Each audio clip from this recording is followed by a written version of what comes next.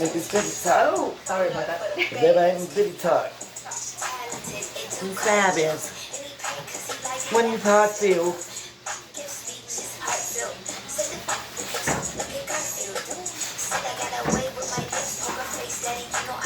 In my lips. Play with my chips. Hey. You don't want to stop it. Welcome to Cricket Talk. Good afternoon. Oh, my baby's back. I miss when she's not here. Hi, Hey, guys. everybody. So today we're making a Cricket Talk that someone asked us to make. So the person that wrote to us was Mark2278. Hi Mark, you asked us for each other to interview each other in some serious ways, not to make it always so funny or talk about what we talk. So we decided to do me first. So Susan got a couple of questions that she wrote down. She hasn't asked me yet, and I'm gonna answer them to like the most truth that it is. Let me turn this off. Sorry, no bad smoke for other people. But I'm gonna try to talk as, truthful as I am. I don't have hair in my tongue, so don't worry. You're gonna hear it like, straight up truth. So let's start. Okay, so here it goes. Number one, Speak loud. at what age did you know that you were different? Okay, by different, I'm getting to mean like, at what age did I feel that I liked the other sex? Yes. Okay, so I think, alright, I didn't know at 8 years old that I was gay. No, I did not know that. I just knew that I wasn't as the same as the other boys around me, because the other boys around me always wanted to play with like boy toys, and I was always leaning more to the Barbies and girl toys. I used to like to dress in my mom's heels, but this still did not tell me as a child that I like men, because at that age you don't know that.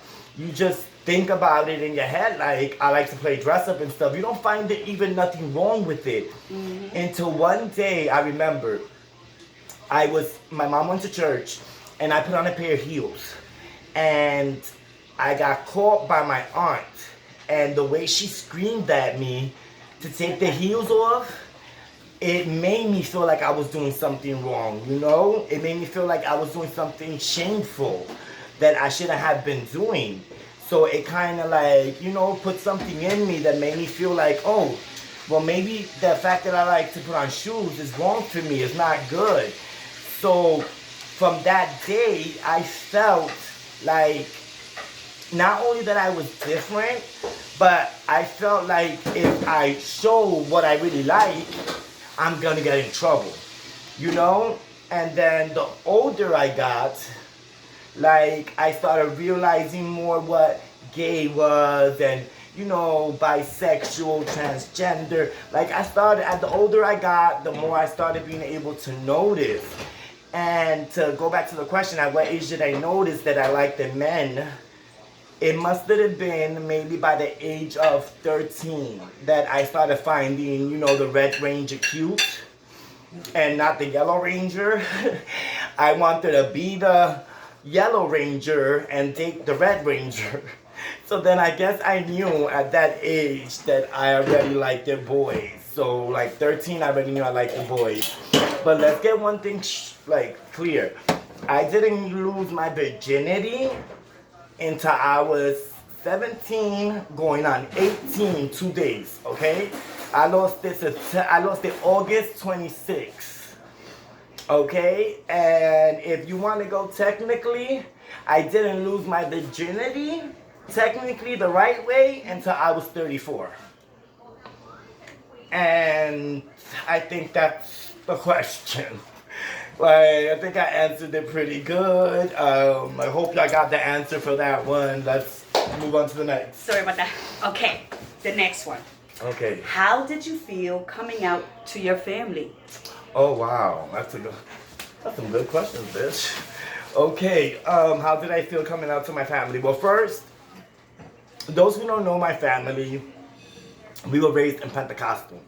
Pentecostal being a religion, and in this religion, if y'all read the Bible, you know that it's abomination to be gay.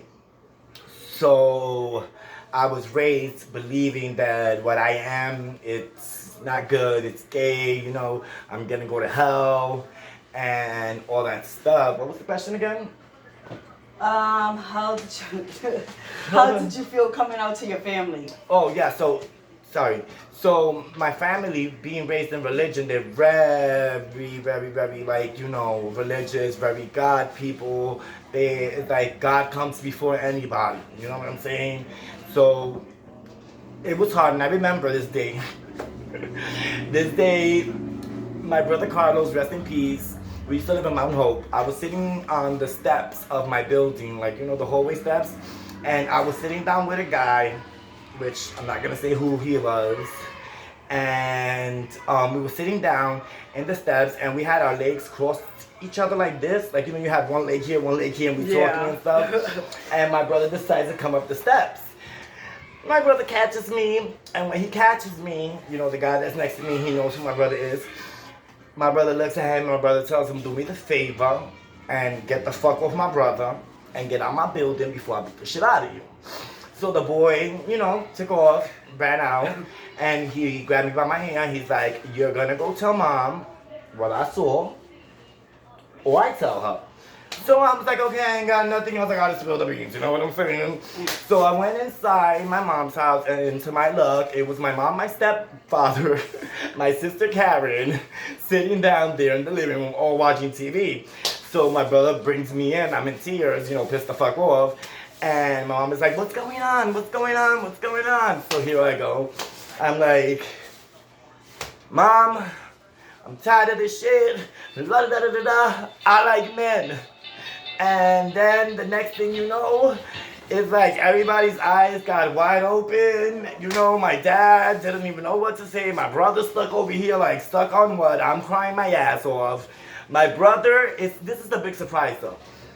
Because my brother Carlos don't have nothing to do with the gay shit. Like, he don't fuck around with that. He never beat no gay niggas or nothing like that. But he does not, you know, he doesn't involve himself around that. He doesn't have nothing against it, but he doesn't involve himself around it.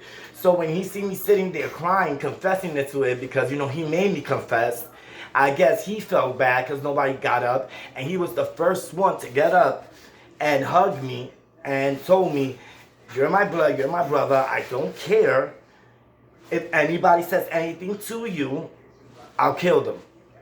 And still to this day, those were the words that still to this day touch me in a way that, like, no other words can ever touch me like that. Because I know who was my brother Carlos. He was a very macho man.